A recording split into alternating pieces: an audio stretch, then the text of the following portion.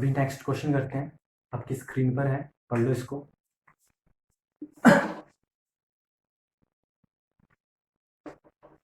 ये बहुत अच्छा फॉर्मूला भी है कि अगर मैग्नेटिक फील्ड बी हमारी यूनिफॉर्म है तो आप वेक्टर पोटेंशियल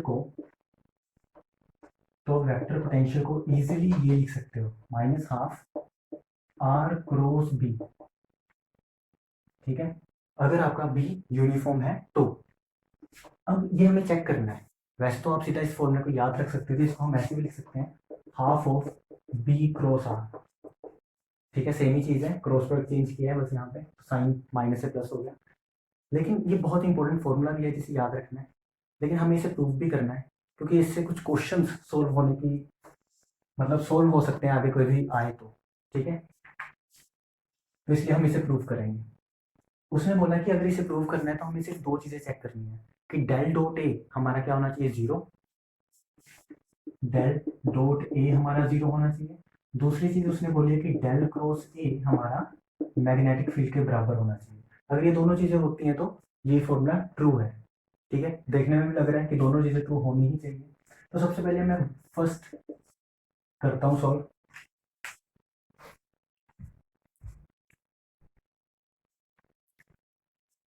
तो फर्स्ट को भी सॉल्व करें हम, del dot A equals to zero, तो क्या ये बन रहा है, डेल डॉट ए की वैल्यू है हमारे पास minus half R cross B.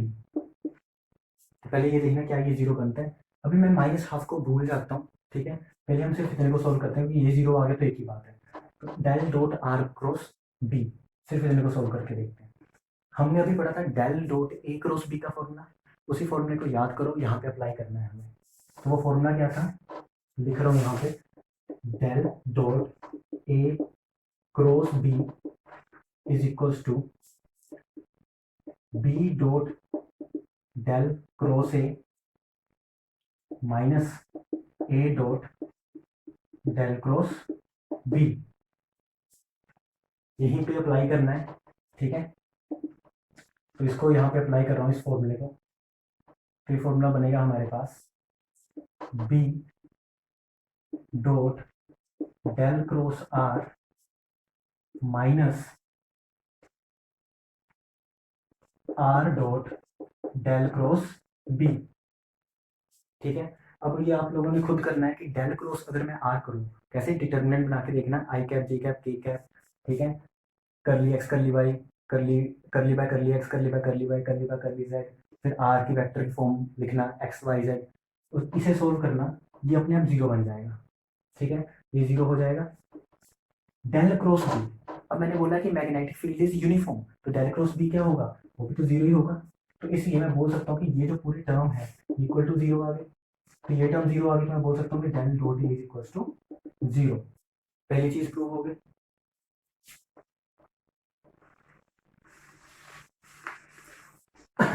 अब हम दूसरी चीज प्रूव करते हैं, del cross A equal to B. तो मैं इसको लिख सकता हूँ, फिर से हाफ को बी के लिए छोड़ देते हैं, हाफ को बी के लिए छोड़ रहा हूँ, बाद में यूज कर सकते हैं। तो del cross A, del cross A की वैल्यू पुट कर दो आर क्रॉस बी। तो ये फॉर्मूला वैसा है, del cross A cross B. ठीक है, तो उसका फॉर्मूला क्या था, del cross A cross B, इसकी वैल्यू थी B dot del A plus A del dot B minus, अब इन्हीं को देख के मैंने अगला लिखना है, बी की जगह ए करना है बस, और ए की जगह बी। तो ये बनेगा ए डॉट डेल बी, फिर minus B del dot A. ये फॉर्मूला मैंने यहाँ पे अप्लाई करना है। तो यहाँ पे जब मैं अप्लाई करूंगा del cross R cross B, del cross R cross B, तो ये बनेगा हमारे पास, यहां से देख के, बी डॉट डेल आर, ठीक है, plus R del dot B minus R dot del B फिर minus B del dot R, इसी को अप्लाई किया है फॉर्मूले को यहाँ पे। यहाँ से हमें पता है कि हमारी मैग्नेटिक फील्ड यूनिफॉर्म है, तो इससे मैं बोल सकता हूँ कि ये वाली टर्म जीरो हो जाएगी। उसके बाद क्या ये वाली टर्म भी जीरो होगी, आर डॉट डेल, ठीक है, R dot del into B, इसको मैं लिख सकता हूँ x curly by curly x plus y curly by curly y plus z curly by curly z, इसको बी के साथ B of x plus B of x I cap plus B of y J cap plus B of z K cap. तो इसको चाहे इसके साथ derivation करो, इसको इसके साथ करो, किसी के साथ भी करो, मैग्नेटिक फील्ड कांस्टेंट है, तो ये हमारा क्या आएगा जीरो। तो हमारे पास ये टर्म भी जीरो हो गई, ठीक है। फिर उसके बाद आती है हमारी इसकी बी डॉट डेल, अगर मैं बी डॉट डेल करूं इनटू आर वेक्टर, तो बनेगा हमारे पास B of X curly by curly X, ठीक है, plus B of Y curly by curly Y B of Z curly by curly Z, ठीक है। बी डॉट एल हो गया, आर वेक्टर की वैल्यू लिख दो x I cap plus Y J cap plus Z K cap, करली by curly x इस पे लगेगा तो वन आएगा, बचेगा क्या बी एक्स, ऐसे ही ये इस पे अप्लाई होगा तो वन आएगा, बचेगा क्या बी वाई, ऐसे ही इस पे अप्लाई होगा तो बनेगा बी जेड, तो B x plus B y B z क्या होता है बी वेक्टर, ठीक है। इसका मतलब इस पूरे की वैल्यू क्या है बी वेक्टर। तो इसको भी रब कर रहा हूँ, इस पूरे की वैल्यू है हमारी बी वेक्टर। इसी तरह से अगर इसको ध्यान से देखो, B vector del dot R, अगर आप डेल डॉट आर करोगे खुद से तो वो 3 आएगा, ठीक है, तो वो 3 आ गया तो ये बनेगा 3 बी वेक्टर, तो इसकी वैल्यू आएगी पूरे की 3 बी वेक्टर। तो इसको सोल्व करो तो ये वैल्यू बनेगा B vector minus 3 B vector which is minus 2 B vector, ठीक है। अब यहाँ पे एक्चुअल में ये नहीं था, माइनस हाफ भी बाहर था, ठीक है, माइनस हाफ एक्सक्लूड किया हुआ था, तो बाहर लगा दो माइनस हाफ, ये पूरा फॉर्मूला बन गया डेल क्रॉस ए का, ये पूरी वैल्यू क्या थी ए, डेल क्रॉस ए का फॉर्मूला बन गया ना, ए की वैल्यू पुट कर दी यहाँ पे माइनस हाफ, ठीक है। तो इसका मतलब मेरे को यहाँ पे माइनस हाफ से मल्टीप्लाई करना पड़ेगा, तो ये बनेगा हमारे पास बी वेक्टर। तो मैं बोल सकता हूँ कि डेल क्रॉस ए, तो ये चीज थी हमारी del cross A is equals to B vector, तो ये भी चीज ट्रू हो गई, ठीक है। तो दो कंडीशन हमने प्रूव कर दी, del cross A is B vector and del dot A is zero. अगर ये दोनों प्रूव हो गए तो हम बोल सकते हैं कि A vector is equals to half of B cross A या फिर minus half of R cross B. तो ये आपको सोल्व भी करना आना चाहिए, ठीक है, क्वेश्चंस।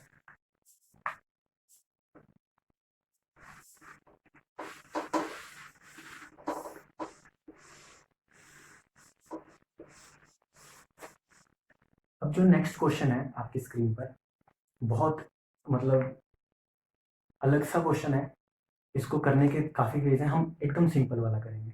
स्क्रीन पर है आपके क्वेश्चन,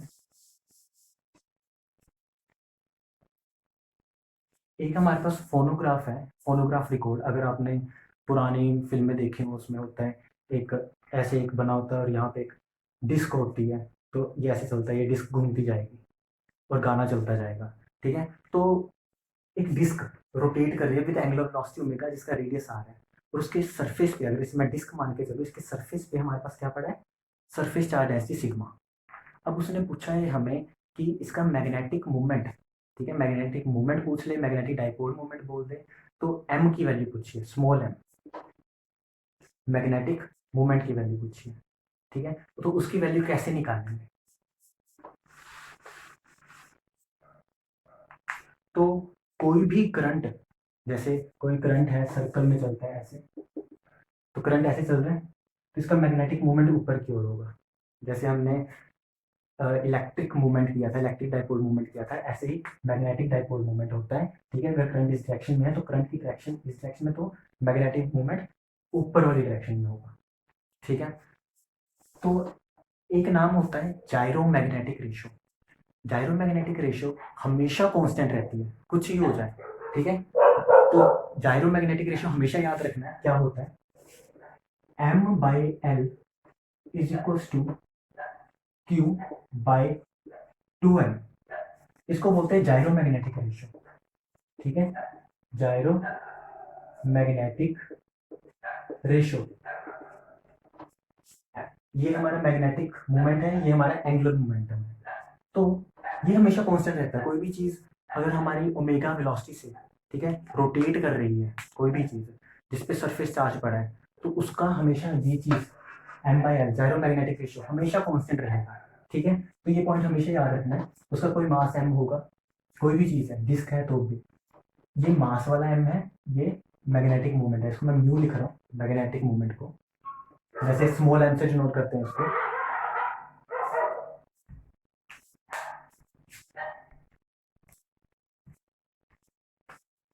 अभी शांति है। तो हमें मैग्नेटिक मोमेंट निकालना है विच इज म्यू। तो वो कैसे निकालेंगे हम, mu is equal to Q/2M into L. L is angular momentum. अब हमें पता है कि डिस्क पे चार्ज पड़ा है, तो मैं डिस्क को क्या 2D मान के चलूंगा, तो सिग्मा क्यू को मैं लिख सकता हूँ sigma into area.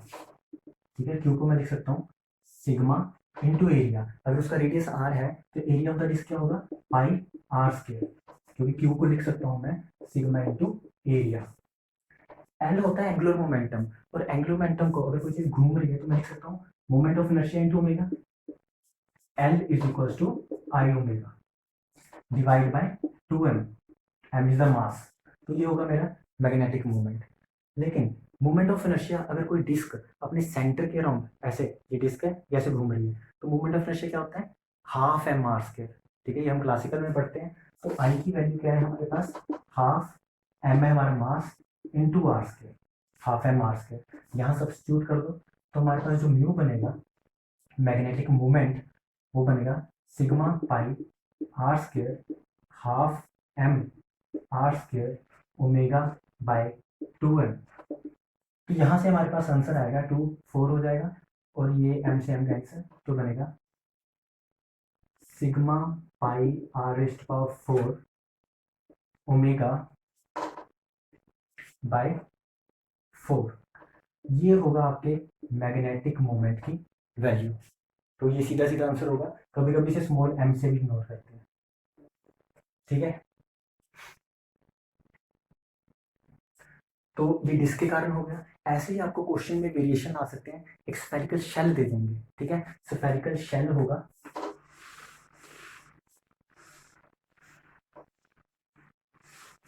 Spherical shell की सरफेस पे हमारा सिग्मा चार्ज पड़ा होगा, और फिर से वो ऐसे ओमेगा वेलोसिटी से रोटेट कर रहा होगा, और आपसे मैग्नेटिक मूवमेंट पूछा जाएगा। सेम चीज करनी है आपको, same mu is equals to Q/2m। अब यहाँ पे मैं मास कैपिटल M में लिख रहा हूँ into L, L is I omega. अब आपको मोमेंट ऑफ इनर्शिया पता होना चाहिए। शेल का सेंटर के अराउंड क्या होगा, अगर ऐसे एक्सिस जा रही हो तो वो होता है 2/3 m r स्क्वायर। ठीक है, अगर आपको मोमेंट ऑफ इनर्शिया नहीं पता तो गलत हो जाएगा। और इसके सरफेस पे सिग्मा चार्ज पड़ा है, तो मैं लिख सकता हूँ सिग्मा चार्ज होता है सिग्मा इंटू एरिया। एरिया हमारा क्या होगा इस केस में, surface area, which is 4πr square. I की वैल्यू क्या होनी चाहिए, 2/3 mr square, moment of inertia की value into omega divide by 2m। m से m कैंसिल हो जाएगा, 2 से 2 कैंसिल हो जाएगा, तो बनेगा 4/3 pi sigma r raise to power 4 omega. ये आएगी आपकी मैग्नेटिक मोमेंट की वैल्यू, लेकिन किस केस में, स्फेरिकल शेल के केस में। ठीक है, ऐसे ही नेट में क्वेश्चन आया था, लेकिन उसमें हमें इलेक्ट्रिक डाइपोल मूवमेंट पूछा हुआ था, नहीं उसमें शायद जायरोमैग्नेटिक रेशियो पूछा था। ठीक है, उसमें नाम लिखा था जायरोमैग्नेटिक रेशियो। तो किसी भी चीज़ का, कोई शेल है, कोई सॉलिड स्फीयर है, कोई होलो स्फीयर है, कोई डिस्क है, किसी का भी जायरोमैग्नेटिक रेशियो मतलब mu by L ratio, magnetic movement by angular momentum ratio, वो हमेशा कांस्टेंट रहेगी, विच इज Q/2m। वो हमेशा ही कांस्टेंट रहेगी। ठीक है, तो यहाँ से हम म्यू इजीली निकाल सकते हैं, मैग्नेटिक मूवमेंट इजीली निकाल सकते हैं।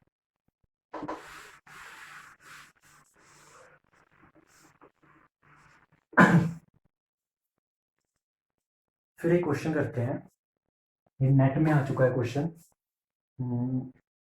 एक मैग्नेटिक, जैसे हम मैग्नेटिक मूवमेंट की अभी बात ही कर रहे हैं, उससे पहले हम थोड़ा सा एक स्टेप्स पढ़ लेते हैं। जैसे हमने इलेक्ट्रोस्टैटिक्स में पढ़ा था, वी की वैल्यू, डाइपोल का जो पोटेंशियल होता है वो कितना होता था, वो होता था P cos theta by 4 pi epsilon naught R square, यही पढ़ा था। इसको मैं ऐसे भी लिख सकता हूँ, P vector dot are cap dot मतलब कोस थीटा, हटाएंगे तो 4 पाई एप्सिलॉन आर स्क्वायर, ठीक है।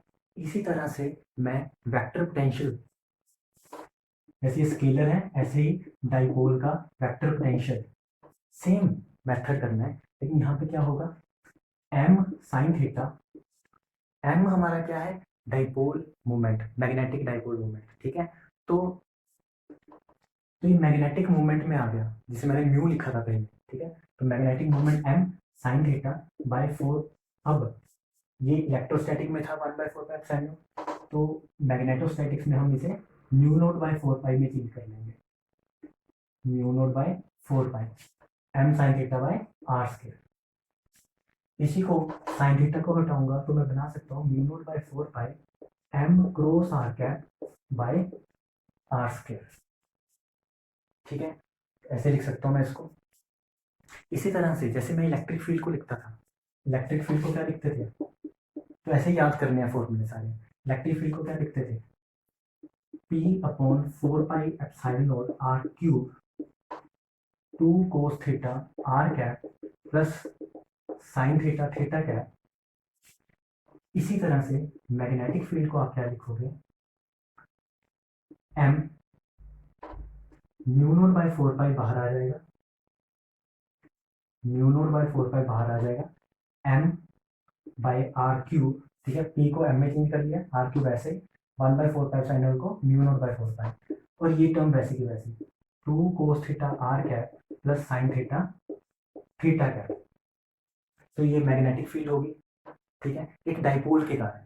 यहाँ पे डाइपोल भी लिख लो चाहे, ये इलेक्ट्रिक डाइपोल था, ये मैग्नेटिक डाइपोल है, ठीक है।